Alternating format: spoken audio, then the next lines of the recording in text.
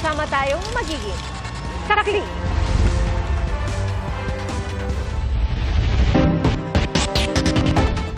Putol ang parehong braso na matagpuan ng isa sa dalawang Russian national na nasawi habang nagsuscuba diving sa Batangas City. Ang hinala ng PCG, inatake ng mga pating ang diver pero duda riyan ang isang diving expert. Saksi, si Ivan Mayrina. Isang diver. Pasado alas 3 ng hapon kahapon, nakitang palutang-lutang sa dagat sa bahagi ng Verde Island sa Batangas City ang katawan ng isang lalaki. Itinakbo pa siya sa ospital pero idineklarang dead on arrival. Mag-aalas 6 naman nang matagpo ang wala ng buhay ang isa pa. It was attacked by a shark. Maraming mga shark doon sa area, sir.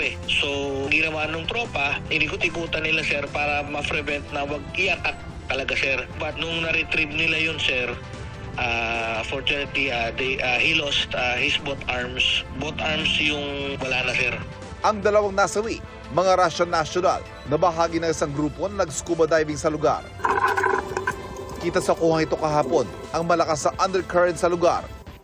Ayon sa Philippine Coast Guard, posible ang current tulad nito ang dahilan kung bakit nahiwalay ang dalawang Russian divers sa dalawa nilang kababayan at kanilang master diver. Nakaahon ng huling tatlo pero nawala ang dalawa. Di pinalad makaligtas ang dalawa. Ang isa sa kanila, hinihinalang inatake ng pating. Ayon sa Coast Guard, unang insidente ito ng pag-atake ng pating sa mga divers sa Verde Island na isang sikat na dive spot. Pero sabi ng batikan dive instructor na si Romir Aglugub, hindi dapat agad sabihing shark attack nga ang nangyari. Sa mahigit 4 na dekada niyang karanasan, ni minsan daw ay wala pa siya nakitang diver na inatake ng pating. I will never believe that shark will attack because every dive na ginawa ko dyan, may shark kami nakikita. Okay. Sabi nila, marami raw shark paali-aligid doon. Ay natural because that is the breeding and feeding site of all marine life. Kaya you will really see sharks around Verde Island. Dapat daw imbestigahan muna ito dahil maraming posibilidad sa nangyari.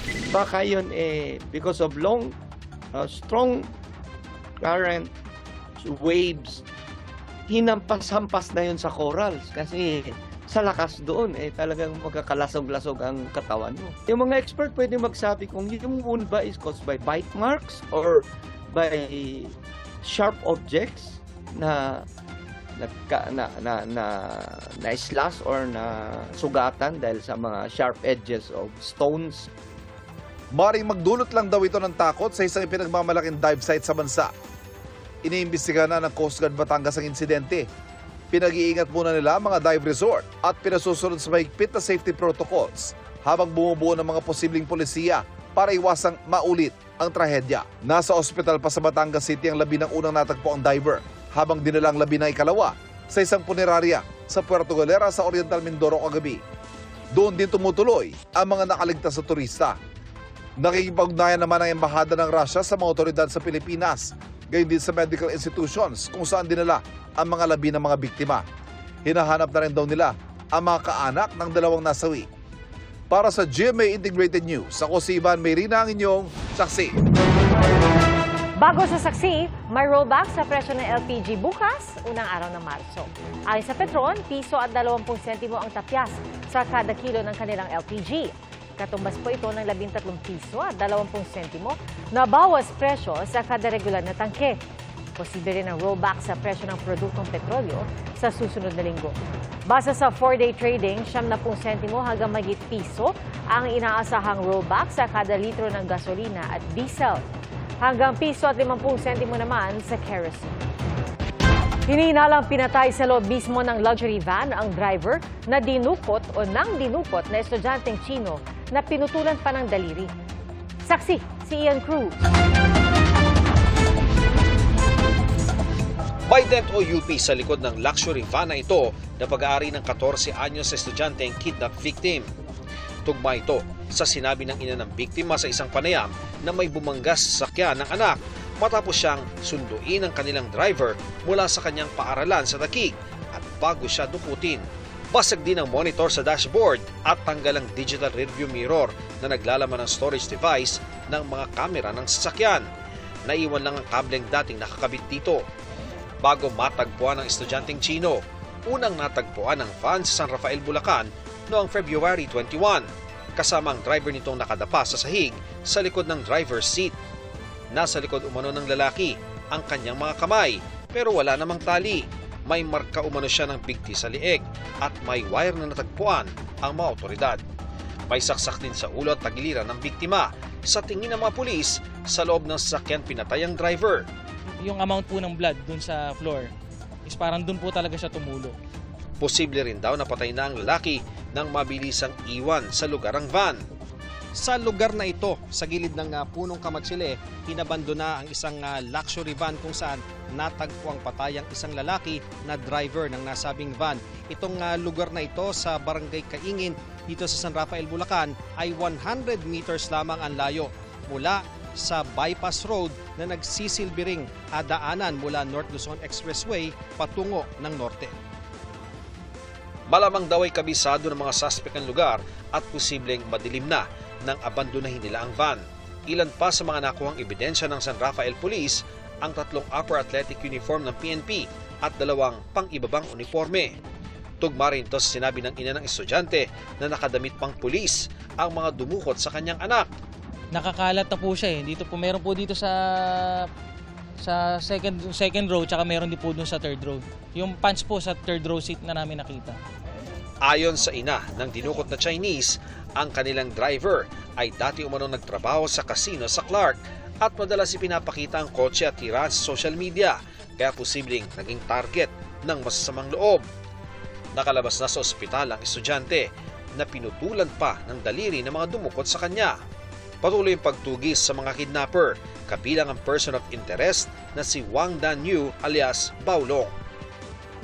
Dekada 90 nang gawing target ang maraming Filipino-Chinese na mga kidnap for ransom group. Nagdulot ito ng matinding takot sa mga negosyante bago matigil ng mga otoridad. Ang pagdukot sa binatilyong Chino may kinalaman sa Pogo ayon sa DILG. Ang ilang grupo ng mga negosyante may iba-ibang pananaw sa kung dapat ba itong magdulot ng pagkabahala at kung may epekto ito sa kumpiyansa sa pamumuhunan. It's just isolated naman, hindi naman all over in the Philippines. So, para sa akin, okay lang yan. Be isolated dahil ito mga pogo, mga remnants, mga loko-loko. Nag-uusap-usap kami dun sa mga business associates, no? And it looks like they're really concerned. How can we even encourage investors to go to our country if we cannot even guarantee them of their safety? Pero higit daw sa problema sa peace and order, mas malaki ang epekto sa negosyo ng red tape, presyo ng kuryente, presyo ng langis at iba pang hamon sa pagninegosyo. Para sa GMA Integrated News, ako si Ian Cruz, ang inyong saksi. Isang patay sa pananaksak sa loob ng Barangay Hall sa Negros Oriental. Wala namang buhay nang matagpuan na isang lalaki sa bakanteng lote sa Antipolo, Rizal. Saksi, si Bea Pinla. Nakadapa at wala ng buhay ang isang lalaki nang matagpuan sa isang bakanteng lote sa Barangay San Jose sa Antipolo, Rizal nitong Martes ng umaga. Natagpuan din sa tabi ng kanyang bangkay ang mga basyo ng bala ng baril. Nung nadaanan ko po yung magbubuti at saka may 2 tricycle doon, tinuro po sa akin. May nakita pong isang bangkay. Yung pong kanya pong biting sa kanan po, mayroon pong tato. Mga isang takal lang, mayroon pong basyong baril. Ayon sa barangay, ito na ang ikalawang beses na may natagpo ang bangkay sa kanilang lugar sa loob ng 3 buwan. Kinilala na ng mga kaanak ng biktima ang bangkay at may tinitignan ng person of interest ang pulisya. Sa loob naman ng Barangay Hall sa Ayungon, Negros Oriental, nangyari ang pananaksak at pagpatay sa 28 anyos na magsasaka. Ang biktima, nahiwa ang tiyan. Nasaksak din sa iba't ibang bahagi ng katawan kaya kritikal ang lagay ng kamag-anak niyang senior citizen. Base sa investigasyon ng mga pulis, kalagitnaan ng fiesta nang magwala umano sa open disco ang suspect, bunsod ng kalasingan. Lasing din umano ang 2 biktima na kasamang dinala sa Barangay Hall. Kung pangutan-o na to siya, anong niya itong gibuhat, maingon rin siya nga, wala siya nasayot niya gibuhat kay hubog kuno kayo siya. Kaya makaingon kita nga, adun na gigalapasan po nga, wala mabuhat sa Barangay Tano sa dihang gipasulod nila ni sa sentro, wala nila magkapkapit. Batay sa investigasyon, wala namang alitan sa pagitan ng 3. Nahaharap sa patong-patong na reklamo ang suspect. Hindi siya nagbigay ng pahayag. Para sa GMA Integrated News, Ako si Bea Pinlac, ang inyong saksi. Iimbestigahan ng DPWH ang sanhi ng pagbigay ng bahagi ng isang tulay sa Isabela na kabubukas lang ngayong Pebrero. Pinondohan po ng 1.2 billion pesos ang proyekto, kaya alamin kung tinipid ba ang paggawa sa tulay. Saksi si Joseph Moro. Patay ang engineer na to.